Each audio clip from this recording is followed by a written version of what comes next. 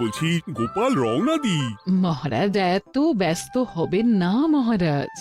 হ্যাঁ হ্যাঁ, তা মহারাজ, আপনাকে দেখে মনে হচ্ছে আপনি রাতে একটু ঘুমোননি। হ্যাঁ ঠিকই ধরেছ, তাছাড়া ঘুম হবে কি করে বলো, আমার বাড়িতে যে ছোট্ট রাজপুত্র আসছে।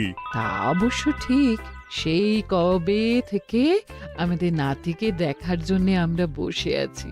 আচ্ছা গোপাল, তুমি এইবারে রওনা দাও, বেশি দেরি করো না, জাহাজ ঢুকবার সময় হয়ে এলো। আপনি কিচ্ছু চিন্তা করবেন না মহারাজ, আমি একদম সযত্নে আপনার নাতি ও বৌমাকে রাজপ্রাসাদে নিয়ে আসব। গোপাল, খুঁজে পেতে কোনো রকম অসুবিধে হবে না। মনে আছে রানীমা? এখন তাহলে আসি।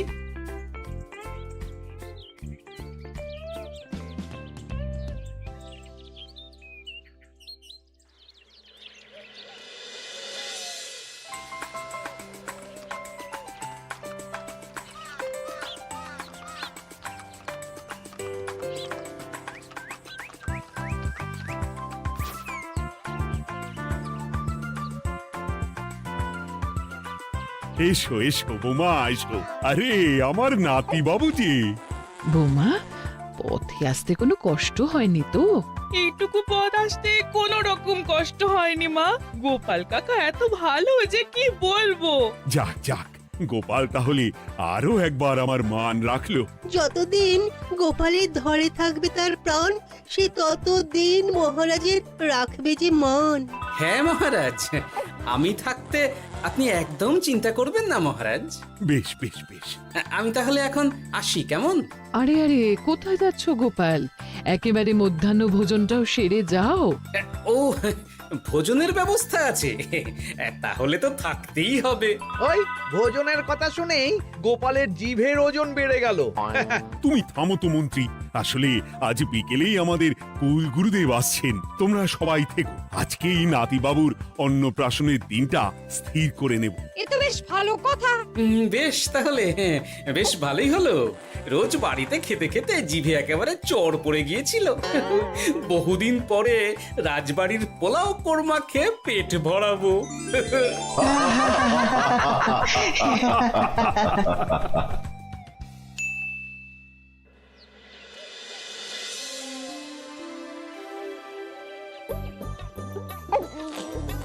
বাহ, তোদের নাতির তো ঢের উন্নতি হবে রে, খুব প্রতিপত্তি হবে, নাম যশ সব হবে, কোনো চিন্তা নেই। গুরুদেব, নাতির শরীর স্বাস্থ্য ভালো থাকবে তো? দেখ, এমনিতে খুব একটা কিছু অসুবিধা তো দেখছি না, তবে হ্যাঁ, সম্প্রতি একটা বড় সড়ো ঝড় বয়ে যাবে দেখা যাচ্ছে। কি সর্বনাশ গুরুদেব, এসব কি বলছেন, কথাটা কি সত্যি? আমি মিথ্যা বলি না, যা দেখলাম, ঈশ্বর আমাকে দিয়ে যা বলালেন তাই বললাম। তাহলে কি হবে গুরুদেব? এই বিপদ এড়াবার কি কোনো উপায় নেই গুরুদেব? ওরে, তোরা আমার পুরো কথাটা শোন, কথার মাঝেই যদি এত প্রশ্ন করতে থাকিস তাহলে আমি কিভাবে আমার কথাটা শেষ করব? হ্যাঁ, ক্ষমা করুন গুরুদেব, আপনি বলুন বলুন। শোন, ওর কপালে ঝড় থাকলেও সে ঝড় ঠিক কেটে যাবে, চিন্তা করিস না, ভগবান আছেন, উনি বিপদ ঠিকই কাটিয়ে দেবেন। যখন বিপদ চরম সীমায় পৌঁছে যায় তখন ঈশ্বর নিজে এসে আমাদের বিপদ মুক্ত করে। সত্যি গুরুদেব, ঈশ্বর নিজে আসেন? হ্যাঁ, নিজে আসেন। জয় গুরুদেবের জয়। গুরুদেব, এইবারে তাহলে আপনি একটা শুভ দিন বলে দিন, নাতিবাবুর অন্নপ্রাশনটা ধুমধাম করে দিতে হবে তো। আজকের পর থেকে ঠিক 3 দিন বাদে একটা খুব ভালো দিন আছে, ওই দিন তাহলে অন্নপ্রাশনের ব্যবস্থা কর। বেশ বেশ, তবে তাই হবে গুরুদেব, তাই হবে। গোপাল, তাহলে সব কিছুর বন্দোবস্ত করা শুরু করো। সে আর বলতে রানীমা, আমি আগামীকাল থেকেই একদম জোর কদমে মাঠে নেমে পড়বো। হ্যাঁ রানীমা, আমি কোনো দায়িত্ব নেব নাকি? না থাক, যদি প্রয়োজন হয় তুমি গোপালকে সাহায্য করো।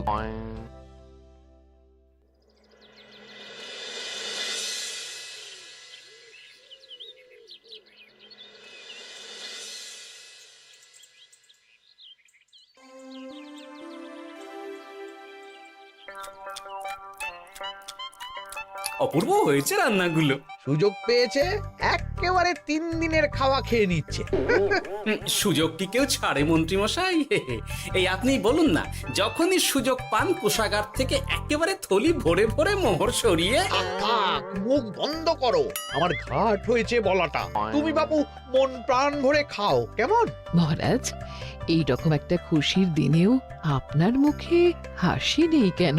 আসলে নাতিবাবু তো আর দু একদিন পরেই চলে যাবে, সেই কারণেই মনটা বড্ড ভারাক্রান্ত হয়ে রয়েছে। তা তো ঠিকই, আমাদের ছেলেটা আসতে পারলো না, যাও বা নাতি এলো, তাও তো এই কটা দিন কি আনন্দেই না কাটলো। আচ্ছা রানী, আমরা যদি আমাদের কাছে আরো কদিন নাতিবাবুকে রেখে দিই তাহলে কেমন হবে? মানে বৌমাকে তো ফিরতেই হবে, বিদেশে আমাদের খোকার কত কাজ বলো তো। আরে বাবা, বৌমা না হয় ফিরে গেল, নাতিবাবু কদিন আমাদের কাছে থেকে গেলে কি এমন হবে? কিন্তু দেখো না বৌমা, আমাদেরও তো একটু ইচ্ছে হয় নাতিপুতিদের নিয়ে খেলবো, আদর করব, দেখো না।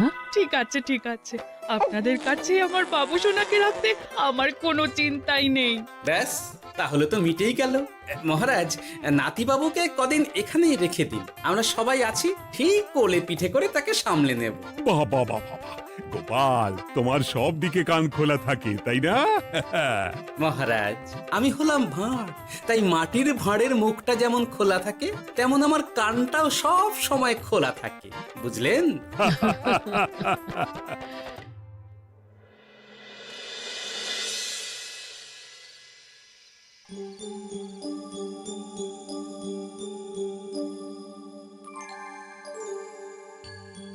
কি ব্যাপার মহারাজ, আপনি এখনো শোননি কেন?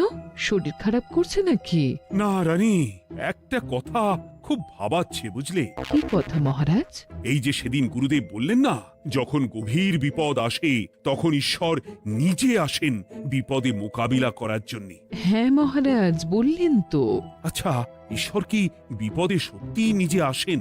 কিন্তু তিনি নিজে তো বিশাল শক্তিধর, ক্ষমতাবান, তাহলে তিনি নিজে না এসে অন্য কাউকে পরিস্থিতির মোকাবিলা করতে পাঠান না কেন? মহারাজ, ঈশ্বর কখনো কখনো নিজেই হয়তো আসেন, অথবা কখনো কারো দ্বারা বিপদ খণ্ডন করেন। ব্যাপারটা খুবই সহজ মহারাজ। না না, কিন্তু আমার মনে হয়। মহারাজ, আপনার কি মনে হয় আমি জানি না, তবে আমার যা মনে হয় আপনাকে বলেছি। আগামীকাল একবার সভাসদদের প্রশ্নটা করতে হবে, দেখি তারা কি বলে। আগামীকাল সকালে আবার বৌমা ফিরে যাবে।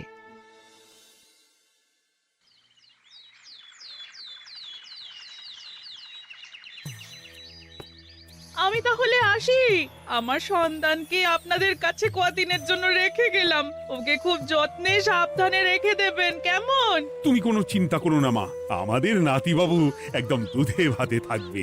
কদিন একটু দেশের মাটিটা চিনে নিক, তারপর না হয় আবার বিদেশে পাড়ি দেবে। এই বলো সোনা।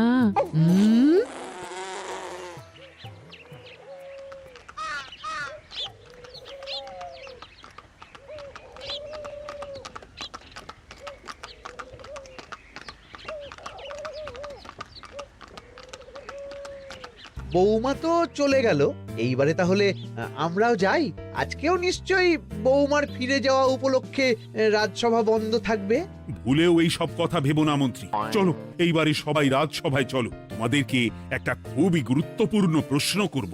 সেরেছে, মহারাজ আবার কি প্রশ্ন করবেন ভগবান জানে।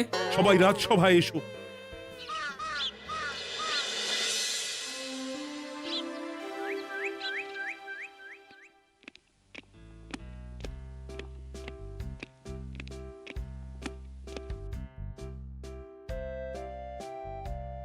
আচ্ছা, তোমরা সকলে বলো তো, ঈশ্বর কি সত্যি বিপদ খণ্ডনে এই ধরাধামে অবতীর্ণ হন? আচ্ছা, তাই যদি হয় তাহলে ঈশ্বর নিজে না এসে তার প্রতিনিধি হিসেবে অন্য কাউকে বিপদ খণ্ডন করতে পাঠান না কেন? হ্যাঁ হ্যাঁ, ঠিকই তো।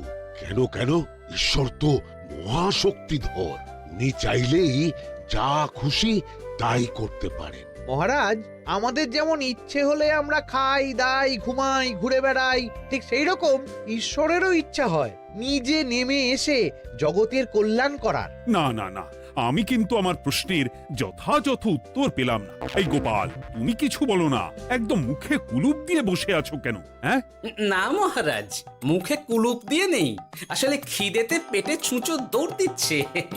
বেশি কথা বললে খাটনি হবে, আরো খিদে বাড়বে, তাই চুপ করে আছি আর কি। ইস, শুধু খাওয়া আর খাওয়া, সব সময় শুধু খাওয়ার চিন্তা।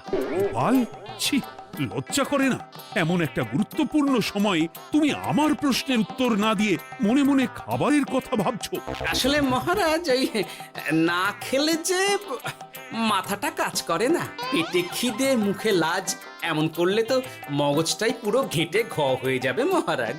বেটাকে তাড়িয়ে দিন। যাও যাও গোপাল, আমার রাজসভা থেকে এক্ষুনি বিদেয় হও দেখি। যাও যাও, তুমি যাও। যার সব সময় শুধু খাওয়ার চিন্তা, এমন পেটুককে সভায় রেখে আমার কোনো কাজ নেই। কিন্তু মহারাজ, চুপ, একদম চুপ। তুমি যাও গোপাল, যাও। যদি কোনোদিনও উত্তর খুঁজে পাও, তবেই আবার এই সভায় তোমার মুখ দেখিও।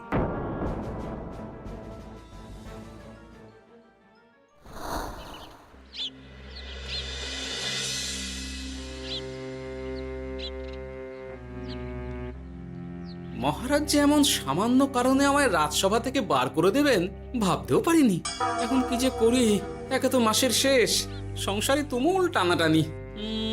এক কাজ করি বরং, গিন্নিকে নিয়ে কদিন শ্বশুর বাড়ি চলে যায়, কদিন পায়ের উপরে পা তুলে আরাম করে আয়েশ করে দিন কাটাবো। হ্যাঁ, তাই করি।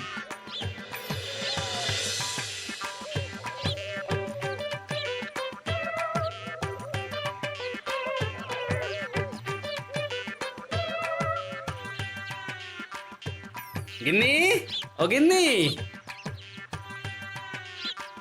বলছি কি, ওই শিগগিরই তল্পি তল্পা গুছিয়ে তোমার বাপের বাড়ি চল। এই কটা দিনের জন্য দুজনে ঘুরে আসি, বুঝলে? কি ব্যাপার? তোমার হঠাৎ করে আমার বাপের বাড়ি যাবার হিড়িক কেন? কিছু মতলব আছে নাকি? আমি না তোমার স্বামী?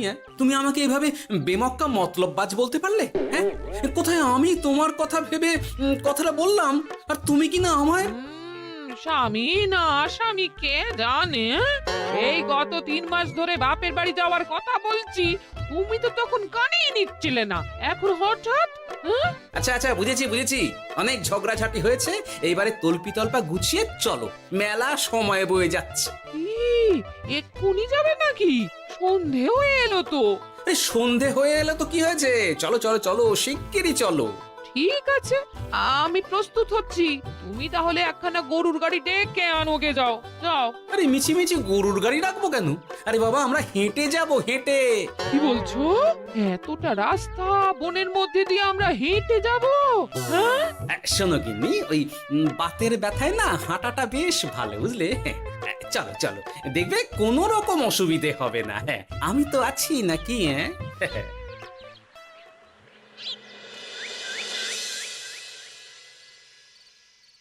বাবা, হ্যাঁ, বনটা বেশ ঘন। বলি, এই সময়ে এই বনের মধ্যে দিয়ে কেউ হেঁটে যায়? মেলা গজগজ না করে চুপচাপ এসো দেখি। ও মা গো, বাবা গো, বাবা গো, কি লাগাটাই না লাগলো গো। আরে, তোমার থেকে আমার বেশি লেগেছে, যা একখানা ধাক্কা মারলে। কি করবো? গিন্নি আমায় ধাক্কা মেরে ফেললো বটে, কিন্তু আজ আমি মহারাজের প্রশ্নের যথাযথ উত্তর পেয়ে গেলাম। বেড়াল ছানাটিকে বাঁচাতে কোনো কিছু না ভেবেই কিভাবে বেড়ালটা ওই বাঘা কুকুরটার দিকে তেড়ে গেল। হ্যাঁ, তার মানে বিপদে পড়লে সন্তানকে বাঁচাতে না, আমাকে এক্ষুনি একবার রাজপ্রাসাদে যেতে হবে, রানীমার সঙ্গে কথা বলতে হবে। আরে আরে আরে আরে, ওদিকে কোথায় চললে গো? ওদিকে তো তোমার শ্বশুর বাড়ি নয়? আরে বাবা, আমার নয়, তোমার শ্বশুর বাড়ির দিকেই আবার যাচ্ছি, বুঝলে? তার মানে আমরা আর যাবো না? না না, পরে যাব, তাড়াতাড়ি এসো দেখিনি। এ কি রে বাবা, লোকটার মাথাটা কি গেছে নাকি? কখন যে কি করছে নিজেরই ঠিক নেই, যত সব।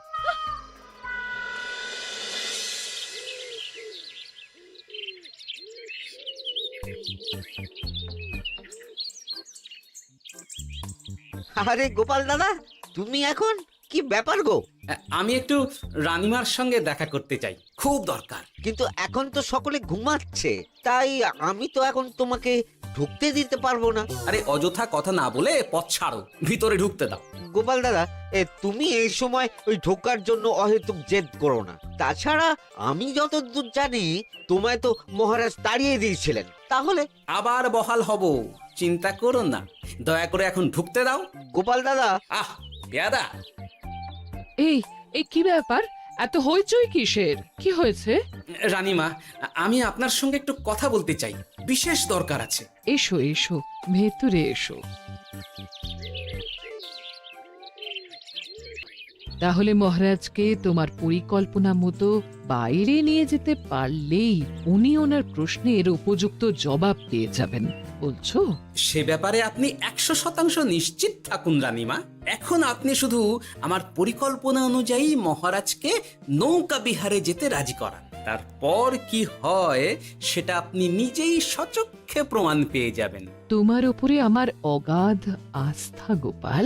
ঠিক আছে, তুমি যেমনটা বললে ঠিক ওইভাবেই আমি নৌকা বিহারের ব্যবস্থা করছি। রানীমা, দেখবেন এই পরিকল্পনাটা যাতে কোনোভাবেই পাঁচকান না হয়, তাহলে কিন্তু সব ভেস্তে যাবে। নিশ্চিন্তে থাকো গোপাল, কিচ্ছু হবে না, নিশ্চিন্তে থাকো।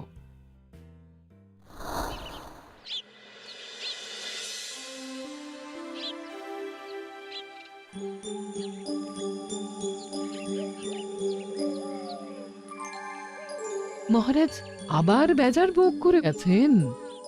কি করব? আমি এখনো যে আমার প্রশ্নের উত্তর খুঁজে পাইনি। এইভাবে আপনি আর কতদিন মুখ ভার করে বসে থাকবেন শুনি? কি জানি, কিছুই আর ভালো লাগে না যে। বলছি শুনুন না মহারাজ, নাতিকে নিয়ে চলুন না, আমরা একটু নৌকা বিহারে যাই, তাহলে ওরও ভালো লাগবে আর আপনার মনটাও বেশ অন্যরকম হবে। ঠিক আছে, তাহলে চলো একটু নৌকা বিহার করে আসি।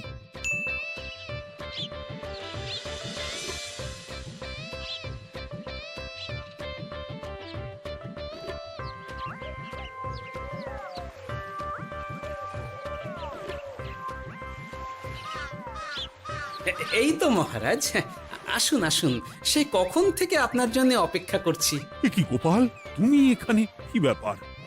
তোমার সঙ্গে তোমার স্ত্রীও আছেন দেখছি। মহারাজ, কতদিন আপনাকে দেখিনি বলুন তো, তাই আজকে একদম সস্ত্রীক চলে এলাম। চলুন চলুন, সকলে মিলে নৌকো বিহার করে আসি। কিন্তু আমি তো তোমাকে তাড়িয়ে দিয়েছিলাম, তারপরেও তুমি। মহারাজ, অনেক তো হয়েছে, এখন এসব কথা ছেড়ে নৌকোতে টুকুস করে উঠে পড়ুন দেখি। কিন্তু মহারাজ অযথা দেরি করবেন না, চলুন উঠে পড়ুন।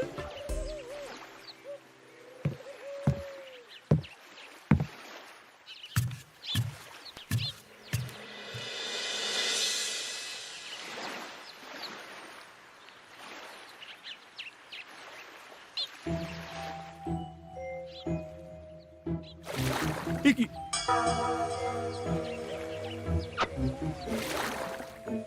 এই নাও, দেখো দেখো, ও কোনো সাড়া শব্দ করছে না কেন? সারা শব্দ করবেন না মহারাজ।